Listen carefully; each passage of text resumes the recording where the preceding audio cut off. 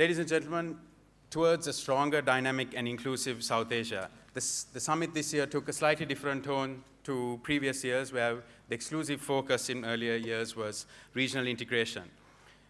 Now, I know that some would have preferred it to have been exclusively that. I know that regional integration and closer cooperation in South Asia remains our dream. But I think we recognize that it was important to strengthen individual South Asian economies in a way that the region as a whole can be a stronger, dynamic one.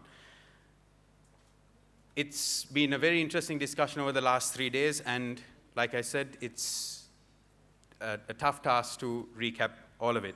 But in day one, we had the presence of His Excellency Ahmed Salim, the Secretary General of SAARC, and one thing he said was, 28 years since inauguration of SAARC, the potential for regional integration remains unmet, despite it being the best for the region as a whole.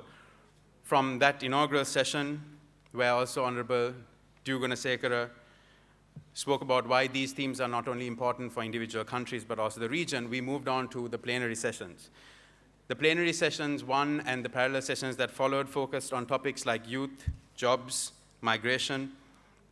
We also had the session on a closer South Asia, re-energizing regional economic cooperation, where we highlighted the importance of concepts like vertical integration, efficiency seeking, product development, enhancing competitiveness in the region, and so on. Human resources in South Asia was highlighted as a key in achieving the regional potential both of countries individually and the region as a whole. In the lead presentation, Dr. Biswajit mentioned, his presentation really looked at the South Asian human capital potential oriented around a fast-growing services sector, and certainly everyone recognizes that. But we also must keep in mind that this services potential has largely been in sectors like banking, telecoms, and IT, and really ensuring that the services sector as a whole is part of this services revolution that we're talking about was an important point that was highlighted. We moved on to the plenary 2, which is on the topic that we discuss almost every year at the summit because it remains a significant challenge, issues of climate change, water scarcity, and sharing water resources and food security, particularly important for many countries that are facing difficulties with the melting of glaciers in the Hindu Kush and also coastal regions that are facing the impacts of climate change gradually.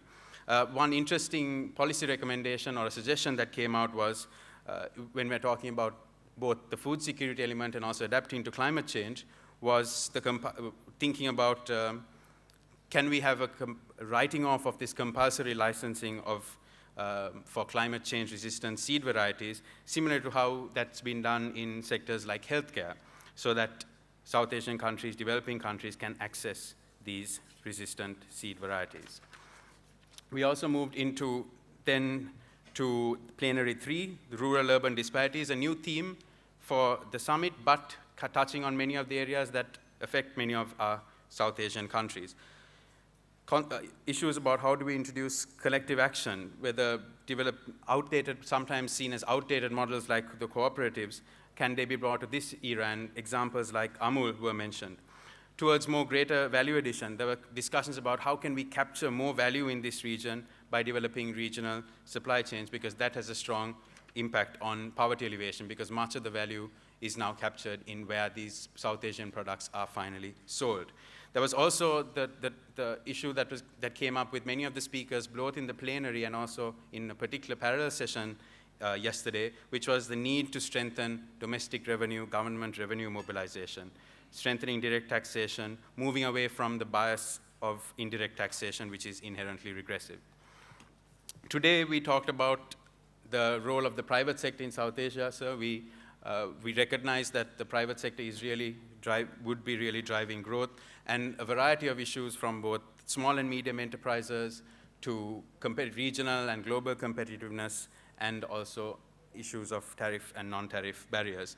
The private sector's role in regional cooperation was highlighted, but also the challenge of the large informal sector, that's where the heart of the private sector is in many of our South Asian countries.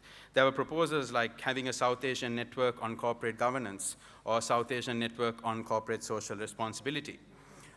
Some very interesting comments on how often in South Asia, the political imperatives overtake the economic imperatives, but in countries and regions like ASEAN, it's the reverse.